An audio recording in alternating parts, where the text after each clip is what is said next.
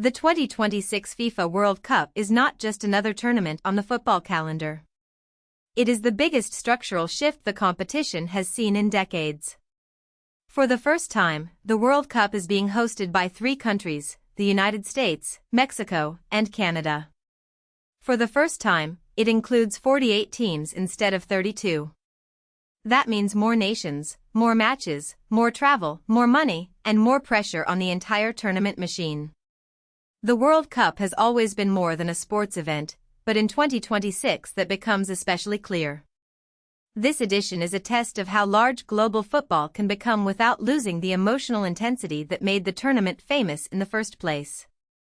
The tournament began on June 11, 2026, and is scheduled to run until July 19. That timing matters because it returns the World Cup to its traditional Northern Hemisphere summer rhythm. The previous edition in Qatar had to be moved to November and December, which disrupted club football calendars and changed the familiar seasonal feeling of the competition. In 2026, the event returns to the kind of summer spectacle many fans associate with the World Cup: outdoor crowds, fan zones, travel, tourism, and weeks of near-constant global attention. But a summer World Cup across North America also brings logistical challenges. The distances are huge, the host cities are spread out, and the tournament has to function across borders, airports, security systems, and local regulations. 16 cities are hosting the tournament, 11 in the United States, 3 in Mexico, and 2 in Canada. That makes 2026 different from the classic World Cup model, where one country carries almost the entire event. Here, the tournament is distributed across a continental scale. This approach spreads costs and uses existing stadium infrastructure, especially in the United States, where large venues are already built for major sports and entertainment events. But it also creates a more complicated World Cup experience. Teams and fans may need to move across enormous distances. Broadcasters, security planners, transport systems, and local organizers all have to coordinate as if they are running one event, even though the event is physically scattered across 3 different countries. Each host nation brings a different kind of World Cup meaning. Mexico is the historic heart of this hosting trio. It previously hosted the tournament in 1970 and 1986, and in 2026 it becomes the first country ever to host or co-host the Men's World Cup 3 times. The United States brings scale and commercial power, having previously hosted in 1994, a tournament that helped push soccer further into the American mainstream. Canada is different again. This is its first time hosting or co-hosting the men's tournament. Together, these 3 roles give the event a layered identity. Mexico represents tradition, the United States represents expansion, and Canada represents a newer frontier for the men's global game. The road to this World Cup was also significant. The United 2026 bid defeated Morocco in a final vote at the 68th FIFA Congress in Moscow. Hosting decisions are never only about football passion. They are about stadium readiness, government guarantees, commercial value, broadcasting potential, transportation, security, and political confidence. The North American bid offered FIFA a powerful combination: huge existing venues, wealthy sports markets, and a structure capable of absorbing the expanded 48-team format. Morocco offered a different vision, but FIFA chose the bid that promised scale and infrastructure. That decision helped set the tone for the tournament itself. The 2026 World Cup is built around size, reach, and the belief that bigger can also mean better. The expansion to 48 teams is the competitive heart of the 2026 story. For decades, the 32-team format shaped how fans understood the World Cup. It was large enough to feel global, but selective enough to feel brutally difficult to reach. Expanding to 48 changes that balance. More countries get access to the stage, and that means more national fan bases get to experience the World Cup directly. Supporters of expansion argue that this makes the tournament more representative of football's global reach. Critics worry that adding teams could weaken the quality of early matches or make the tournament feel bloated. Either way, the expansion changes the psychology of qualification. The World Cup is no longer quite as exclusive as before.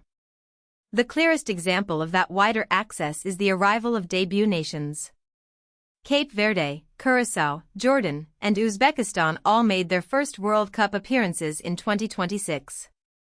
That is one of the strongest arguments in favor of expansion. For countries like these, reaching the World Cup is not just a sporting achievement. It can become a national moment, a point of pride, and a chance to be seen by a global audience that may rarely pay attention to their football story. Debut teams also add unpredictability. They may not arrive as favorites, but they bring fresh styles, new supporters, and the possibility of surprise results. The expanded tournament gives those stories room to exist. The three host nations, Canada, Mexico, and the United States, all qualified automatically. That is standard practice for World Cup hosts, but it has a bigger impact when there are three of them. Automatic qualification guarantees that every host country has a team on the field and not just stadiums in the background. It also creates very different expectations. Mexico has deep tournament history and passionate football culture. The United States wants to prove that its soccer growth can translate into World Cup relevance on home soil. Canada has the chance to turn hosting into a broader national football moment. For all three, simply participating is not enough. Host teams become emotional anchors for the tournament. Argentina entered the 2026 World Cup as the defending champion after winning its third title in 2022. That gives the tournament a familiar elite storyline alongside all the newness. Every World Cup needs a question about power: who owns the current era? For Argentina, the pressure is different from that of a debut nation or a host country. A defending champion is measured against its own recent greatness. Every opponent wants to beat them, every performance is compared to the title-winning team, and every stumble becomes evidence that the reign might be ending. In a larger tournament, defending a title can become even harder because there are more variables, more unfamiliar teams, and more ways for momentum to shift.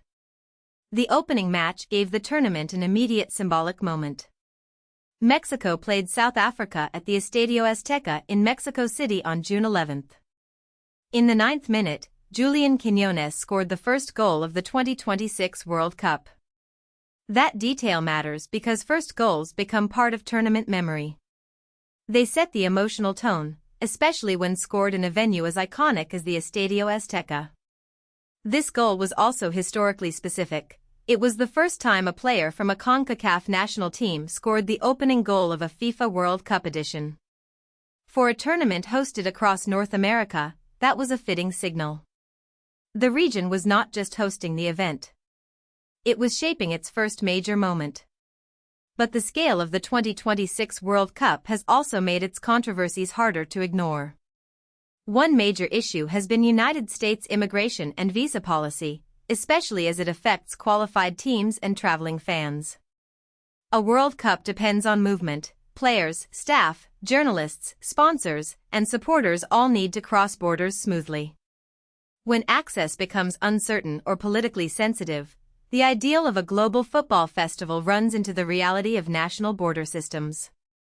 This is especially important for a three-country tournament. Fans may not just be entering one host nation, they may be moving between host countries during the event. That makes visa policy part of the tournament experience, not just a background administrative issue. Another controversy involves Iran's participation during an ongoing war involving the United States and Israel. This highlights a truth FIFA often tries to soften: the World Cup cannot be separated from world politics. National teams represent flags, governments, histories, and identities, even when the matches are presented as sport. When conflict is active, participation can become a diplomatic and security issue as well as an athletic one. Some viewers see football as a space where countries should still meet despite political tension. Others argue that sport cannot be neutral when real-world violence is happening. The 2026 tournament sits directly inside that tension. Its global reach is its strength, but that reach also brings global conflict into the stadium. FIFA's use of dynamic ticket pricing has added another layer of criticism. Dynamic pricing allows ticket prices to move with demand, which can increase revenue for high-profile matches. From FIFA's perspective, that may look like modern event management. From a fan's perspective, it can feel like the World Cup is becoming less accessible to ordinary supporters. Travel, accommodation, food, and visas are already expensive, especially across such a large host region. If ticket prices also rise according to demand, the tournament risks becoming a premium product rather than a people's festival. That is the central tension of the 2026 World Cup. It is more inclusive on the field, with 48 teams, but potentially less accessible in the stands. So the 2026 FIFA World Cup represents two futures at once. On one hand, it is more global, more open, and more ambitious than any World Cup before it. It gives new countries a chance, brings three host nations together, and turns North America into the center of world football for more than a month. On the other hand, it raises serious questions about cost, complexity, politics, and whether bigger tournaments automatically create better experiences. That is why this edition matters beyond the final score. It will help define what the World Cup becomes next, a broader celebration of football's global reach, or a mega event so large that it risks stretching the original magic too thin. If you found this helpful, please like this video and subscribe for more explainers.